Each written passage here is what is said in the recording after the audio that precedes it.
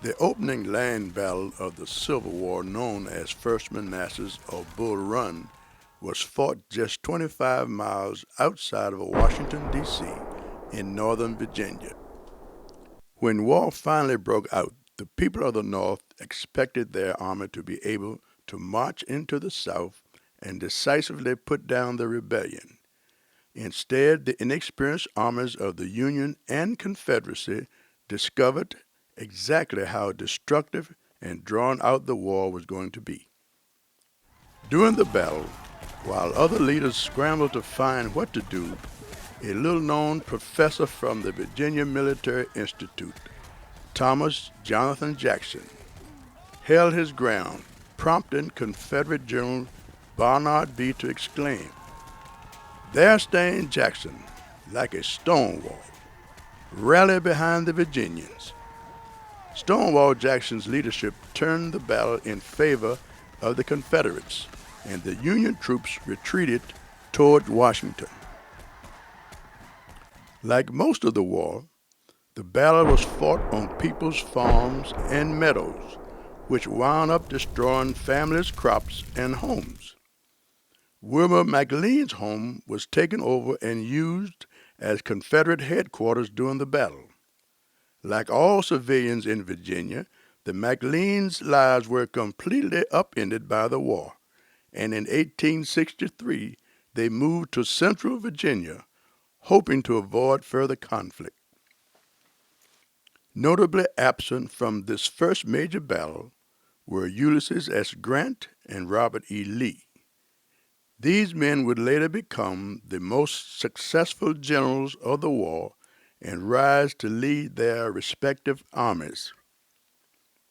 Robert Edward Lee, the son of Revolutionary War hero Light Horse Harry Lee, made his career as a military officer. He served with distinction in the United States Army during the Mexican War and led the Marines who captured John Brown at Harper's Ferry. Lee, however, refused President Lincoln's offer to command the Union Army because he would not fight against his home state. Instead, he joined with the Confederacy and became commander of the Army of Northern Virginia.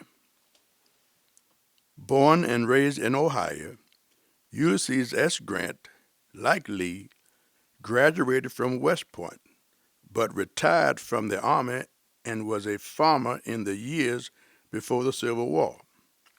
Because of his great victories, Grant was promoted to lieutenant general and given command of the entire U.S. Army in 1864.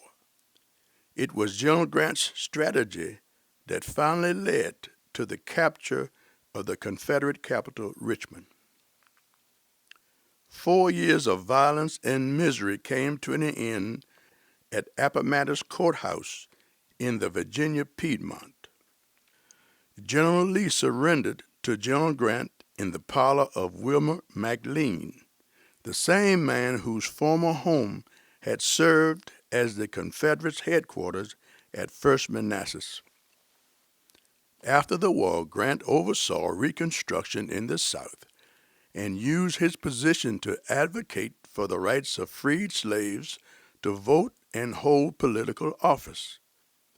Grant's popularity grew, and he was elected the 18th President of the United States in 1868.